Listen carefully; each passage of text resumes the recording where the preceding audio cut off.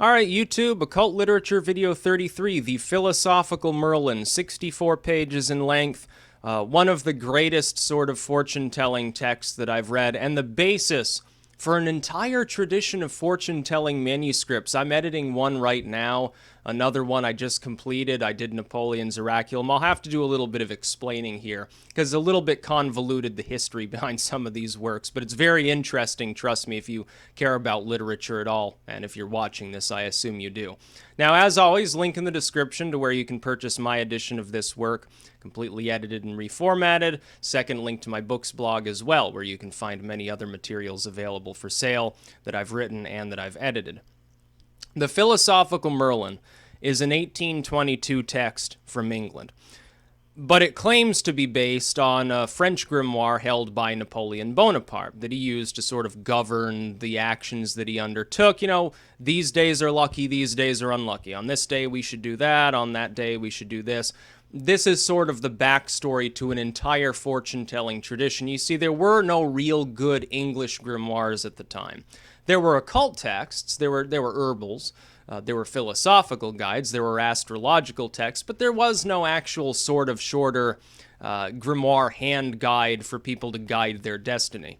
So they simply decided, well, there's materials like that in France, we'll just sort of adapt the basic idea of having such a book, and we'll write one. And then the English release, of course, the Philosophical Merlin, again in 1822. Now, the Philosophical Merlin was never particularly popular, but it gave rise to literally dozens of different texts with overlapping sort of features in America.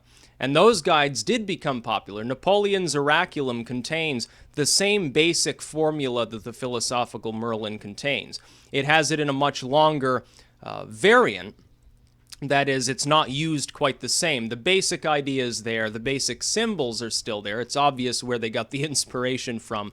And you go to 1860, and you find that this sort of French folklore is cobbled together in a different form. Now, Toucy's work in I believe it was 1884 with the Oraculum, Napoleon's Oraculum, is a little bit different from the 1860 Universal Fortune Teller that I literally just got through editing. But if you combine the basic concept of both of these texts together, you then get spawned off of this at least 2 or 3 other versions of the Oraculum, other fortune-telling texts, and it becomes Americanized over time. Now, the Philosophical Merlin is different from these other works that were sort of loosely based on it, as far as the symbols, as far as the meanings of the different marks and the basic divination system used. In the Philosophical Merlin, you can do this with a random number generator, by the way. You're supposed to sort of absent-mindedly sit there and make lines on a piece of paper in the sand. Number the number of lines in each row. You make 8 rows. You combine those and you do a little bit of numbering. And what you're left with is a symbol made up of 4 rows of stars. In each one there's either a single star or 2 stars, depending on if the number of lines in each of the 4 rows was odd or even. Again, it's easier to do this with a random number generator. If you read it, I explained it. I had to go through and actually add a passage explaining exactly what was meant, because in the original text it was a little bit confusing, but it's fairly simple once you get the hang of it. You can use a random number generator, and that takes human error out of the equation if you believe in this kind of fortune telling.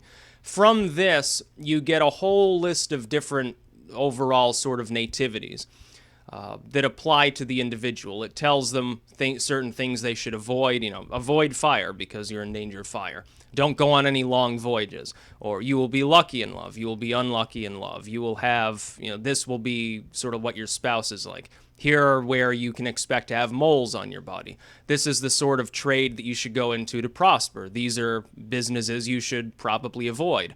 You'll be this lucky in gambling. You'll be that lucky in the lottery. You might die in war. So many different things. It's very, very dense. And for each of these different nativity symbols, there are quite a few things that it explains. Certain ones are generally more lucky than others. You've got Cauda and so forth. You've got these different names of the nativities, and they're essentially like little constellations. Now, in the Oraculum, of course, you have the same set of symbols, And in the expanded oraculum, you've actually got more of these symbols. In the short version oraculum, they're used to answer questions. You're sort of asking the oracle a question, then you go through, you do the numbering process, and it gives you a certain letter and a certain constellation. That gives you your answer. A little bit different from the philosophical Merlin.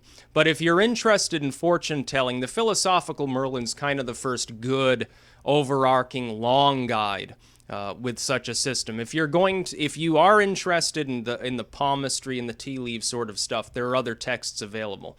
As far as the basis for the oraculum's later system, the oraculum is slightly longer and contains other variants of Americana in it, along with this British system pretending to be a French system, which is rather funny. The oraculum is an American text based on a British text masquerading as a French text. The philosophical Merlin's the English text simply masquerading as a French text.